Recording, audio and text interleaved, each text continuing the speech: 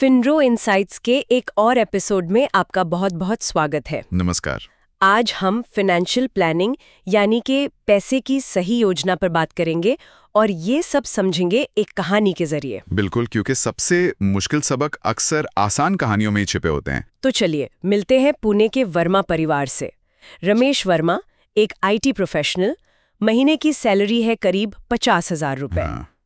परिवार में पत्नी सुनीता और एक 6 साल का बेटा है आरव। जिंदगी काफी अच्छी चल रही थी। वीकेंड पर बाहर खाना, घर की EMI टाइम पर भरना, एक टिपिकल मध्यम वर्गीय परिवार की तस्वीर। हाँ, और हाल ही में उन्होंने नो कॉस्ट EMI पर एक बड़ा सा स्मार्ट टीवी भी खरीदा था। अच्छा। और रमेश की सोच भी थोड़ी मॉडर्न थी। वो कहते थे बैंक में पैसा रखकर क्या फायदा, या तो इसे स्टॉक मार्केट में लगाओ या फिर कोई नया गैजेट खरीदो। मतलब पैसे को काम पे लगाओ या जिंदगी एंजॉय करो। सुनने में तो ठीक ही लगता है। बिल्कुल, सब कुछ परफेक्ट था। और फिर एक मंगलवार की रात आई। और अक्सर ऐसे ही सामान्य रातों में हमारी सारी फाइनेंशियल प्लानिंग की असल परीक्षा होती है। रात के करीब 11:30 बजे होंगे। रमेश के पिताजी को, जो उन्हीं के साथ रहते थे, सीने में अचानक बहुत तेज दर्द उठा। ओह। घर में एकदम से, आप समझ सकती हैं, घबराहट का माहौल बन गया। रमेश उन्हें फौरन पास के सबसे बड़े अस्पताल ले गए। एक ऐसी सिचुएशन जो कोई भी फेस नहीं करना चाहता। और अस्पताल के इमरजेंसी काउंटर पर पहुंचते ही रिसेप्शनिस्ट ने बिना किसी भाव के 3 शब्द कहे, और उन शब्दों ने रमेश को अंदर तक हिला दिया। क्या कहा? सर, भर्ती के लिए तुरंत 50,000 रुपए जमा करें। और यहीं से कहानी का वो हिस्सा शुरू होता है जहां असलियत का सामना होता है। हाँ। उस रात रमेश की फाइनेंशियल हालत कुछ ऐसी थी। उनके बैंक खाते में थे सिर्फ 4,200 रुपए। बस। लेकिन महीना खत्म हो रहा था, 25 तारीख थी। बिल्कुल। ज्यादातर सैलरी खर्च हो चुकी थी। पर एक IT प्रोफेशनल, अच्छा कमाते थे, क्रेडिट कार्ड तो होगा ही। हाँ, और यही तो कहानी का सबसे बड़ा ट्विस्ट है। कार्ड था, लेकिन वो नो कॉस्ट EMI के जाल में फंसकर पहले ही अपनी लिमिट खत्म कर चुके थे। मतलब लोग ये नहीं समझते कि नो कॉस्ट EMI आपके क्रेडिट लिमिट को ब्लॉक कर देती है। तो बाहर से तो आप एक मॉडर्न लाइफस्टाइल जी रहे हैं, लेकिन अंदर से आपकी वित्तीय फ्लेक्सिबिलिटी वो शून्य हो चुकी है। तो जो चीज सुविधा के लिए थी वही मुसीबत बन गई। और उनके निवेश का क्या? कुछ स्टॉक्स वगैरह? कुछ स्टॉक जरूर थे, लेकिन आप ही बताइए, आधी रात को शेयर बाजार तो बंद होता है। हाँ, उन्हें तुरंत बेचा नहीं जा सकता था। एग्जैक्टली। उस पल में वो सिर्फ एक नंबर थे, असली पैसा नहीं। सोचिए उस बेबसी को। अस्पताल के ठंडी AC लॉबी में रमेश को पसीना आ रहा था। कोई चारा नहीं था। उन्हें अपनी जिंदगी का शायद सबसे अपमानजनक फोन करना पड़ा। किसको? अपने साले को, पैसे उधार मांगने के लिए। उस रात रमेश को एहसास हुआ कि वो एक लग्जरी कार तो चला रहे थे, लेकिन बिना स्टेपनी के। ये स्टेपनी वाली बात, ये बहुत गहरी है। हमारी फाइनेंशियल दुनिया में इमरजेंसी फंड ही हमारी स्टेपनी है। बिल्कुल। आप कितनी भी तेज रफ्तार से सफलता की हाईवे पर बढ़ रहे हो, अगर स्टेपनी नहीं है तो एक छोटा सा पंक्चर भी आपको बीच रास्ते में असहाय खड़ा कर सकता है। एक हफ्ते बाद रमेश एक फाइनेंशियल सलाहकार के पास बैठे थे, थके हुए, खुद पर गुस्सा। उन्होंने सलाहकार से पूछा, मैं अच्छा कमाता हूं, फिर भी मैं उस रात इतना लाचार क्यों था? और सलाहकार का जवाब वही इस पूरी चर्चा का सार है। उन्होंने कहा, रमेश, तुमने धूप वाले दिनों की तैयारी तो की, लेकिन बारिश को उसको नजरअंदाज कर दिया। वाह! यहां एक बहुत जरूरी बात समझने वाली है।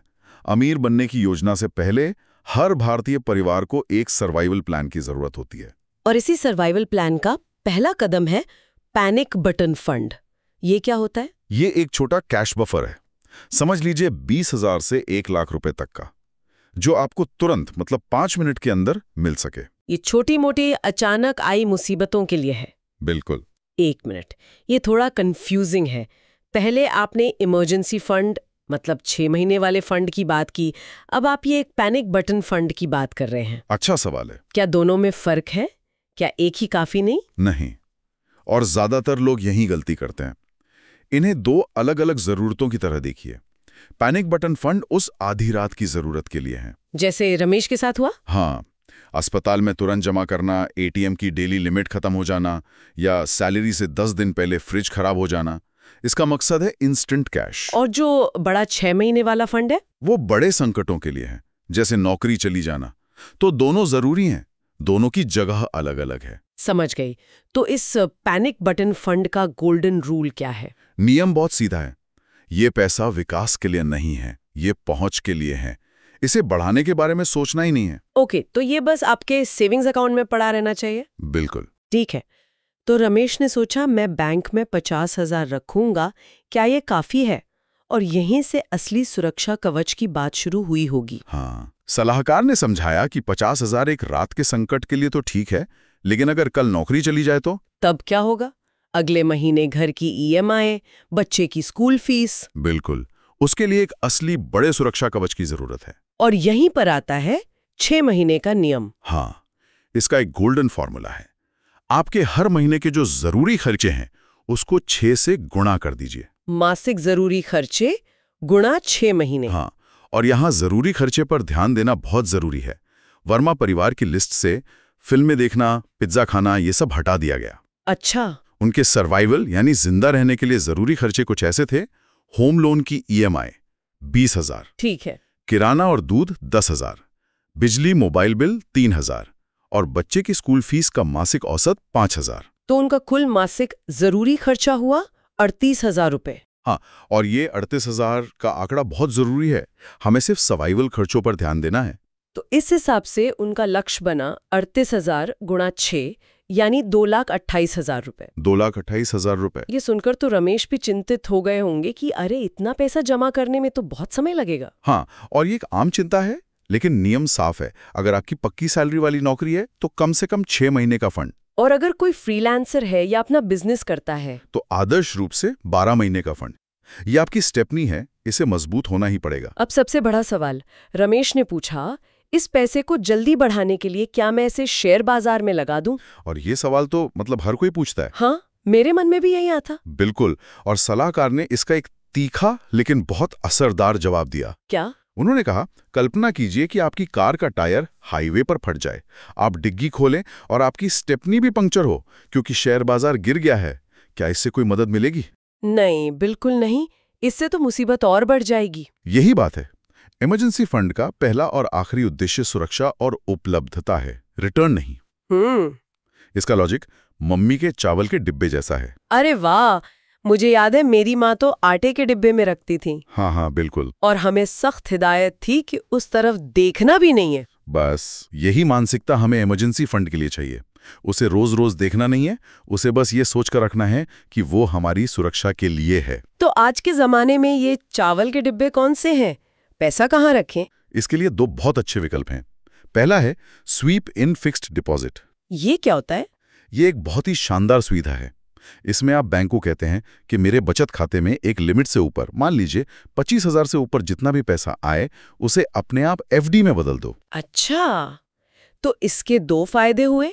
एक तो FD का ब्याज मिलता रहा जो बचत खाते से ज्यादा होता है, करीब 6-7%। और दूसरा, जरूरत पड़ने पर जब आप डेबिट कार्ड से पैसे निकालते हैं तो बैंक उस FD को तुरंत तोड़कर पैसे दे देता है। बिल्कुल सही। बचत खाते जैसी लिक्विडिटी और FD जैसा ब्याज। और दूसरा विकल्प? दूसरा विकल्प है लिक्विड म्यूचुअल फंड। ये ऐसे फंड्स होते हैं जो सरकार या बहुत सुरक्षित कंपनियों को बहुत कम समय के लिए उधार देते हैं। तो ये भी काफी सेफ होते हैं? हाँ, ये बहुत सुरक्षित माने जाते हैं और इनका रिटर्न आमतौर पर बचत खाते से थोड़ा बेहतर होता है। बस पैसा निकालने में 24 घंटे लग सकते हैं। तो शुरुआती लोगों के लिए स्वीप इन FD बेहतर है। मेरे हिसाब से वो सबसे आसान और शानदार पहला कदम है। और इस फंड को बनाने की आदत कैसे डाली जाए, क्योंकि 2.5 लाख रुपए एक साथ जमा करना मुश्किल है। आदत बनाने का सबसे अच्छा तरीका है रिकरिंग डिपॉजिट, मतलब RD। अच्छा। जैसे रमेश ने हर महीने 5,000 रुपए की एक RD शुरू कर दी। हर महीने सैलरी आते ही पैसा कटकर जमा होता रहता है। इससे अनुशासन बना रहता है। ये तो बहुत अच्छी बात है, पर मैं जानती हूँ कई लोग अभी भी सोच रहे होंगे ये सब तो ठीक है, पर ये 50,000 कमाने वालों के लिए है। मेरी तनख्वाह तो सिर्फ 25,000 है, मैं कहाँ से बचाऊं? बहुत जरूरी सवाल, और यही सवाल रमेश के चचेरे भाई महेश ने भी पूछा था। उसके लिए है चींटी की रणनीति। चींटी की रणनीति? हाँ, एक चींटी एक ही दिन में पहाड़ नहीं बनाती, वो एक एक दाना उठाती है। यहाँ पर रकम से ज्यादा आदत महत्वपूर्ण है। तो महेश को क्या तरकीबें दी गई?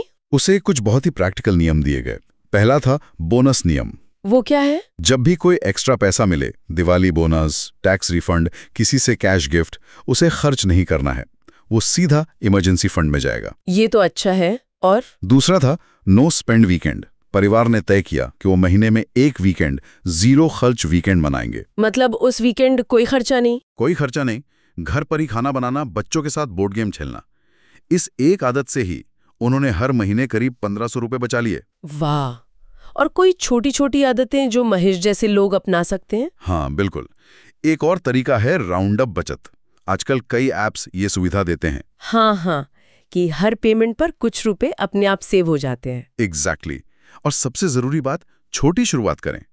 भले ही आप महीने में सिर्फ 500 रुपए से ही क्यों ना शुरू करें, लेकिन शुरू करें। चलिए, अब कहानी के अंत की ओर चलते हैं, जो सबसे दिलचस्प है। 2 साल बीत गए। वर्मा परिवार के जीवन में एक और संकट आया। क्या हुआ? रमेश की कंपनी में छटनी हुई और उनकी नौकरी चली गई। यानी हाईवे पर एक और टायर पंचर हो गया? हाँ, लेकिन इस बार की स्थिति और 2 साल पहले वाली स्थिति में जमीन आसमान का फर्क था। कैसे? इस बार घर में कोई घबराहट नहीं थी, आधी रात को रिश्तेदारों को पैसे के लिए फोन नहीं करने पड़े, और सबसे जरूरी 15% के भारी ब्याज पर कोई पर्सनल लोन नहीं लिया गया होगा। बिल्कुल नहीं, क्योंकि इस बार रमेश के पास उसकी स्टेपनी थी। आखिरकार उसके इमरजेंसी फंड में 2.5 लाख रुपए जमा थे। उसे पता था कि वो बिना सैलरी के भी आराम से 6 महीने तक अपना घर चला सकता है। लेकिन यहाँ एक और गहरी बात है। उसके पास सिर्फ पैसा नहीं था, उसके पास विकल्प थे। विकल्प? इसका क्या मतलब हुआ? इसका मतलब है कि जब आपके पास 6 महीने का बफर होता है तो आप घबराहट में कोई भी नौकरी नहीं पकड़ लेते। सही बात है। आप इंटरव्यू में आत्मविश्वास से बात करते हैं, आप बेहतर सैलरी, बेहतर रोल के लिए मोल भाव कर सकते हैं। तो रमेश ने भी ऐसा ही किया। हाँ, रमेश ने शांति से नौकरी खोजी और 3 महीने बाद उसे पहले से बेहतर नौकरी मिली। तो ये फंड आपको सिर्फ बचाता नहीं, बल्कि आपको बेहतर भविष्य बनाने की ताकत भी देता है। ये कहानी हमें कितना कुछ सिखाती है। तो चलिए आज की इस चर्चा के मुख्य बिंदुओं को एक बार फिर से दोहराते हैं। जरूर। सबसे पहली और जरूरी बात, संकट का इंतजार न करें, आज ही अपनी स्टेपनी यानी इमरजेंसी फंड बनाना शुरू करें। दूसरा, अपने 6 महीने के जरूरी खर्चों के बराबर की रकम का लक्ष्य रखें। तीसरा, इस पैसे को सुरक्षित जगहों पर पार्क करें, जैसे स्वीप इन, एफडी या लिक्विड फंड। इसे शेयर बाजार जैसे जोखिम भरे साधनों में बिल्कुल न डालें। बिल्कुल। और आखिरी नियम, इस फंड का इस्तेमाल केवल वास्तविक आपात स्थितियों के लिए करें, मेडिकल इमरजेंसी या नौकरी छूटना, हॉलीडेज के लिए नहीं। बहुत अच्छे से सब कुछ समेटा। Yeah. अब श्रोताओं को सोचने के लिए एक सवाल छोड़ते हैं। हाँ। अगर आज रात आपके जीवन में कोई अप्रत्याशित वित्तीय संकट आ जाए तो क्या आपकी स्टेपनी तैयार है? और अगर नहीं, तो इसे बनाने के लिए आपका सबसे पहला, सबसे छोटा कदम आज क्या होगा? इस सवाल पर जरूर सोचिएगा। इस तरह के और कंटेंट के लिए कृपया लाइक, शेयर और सब्सक्राइब करें।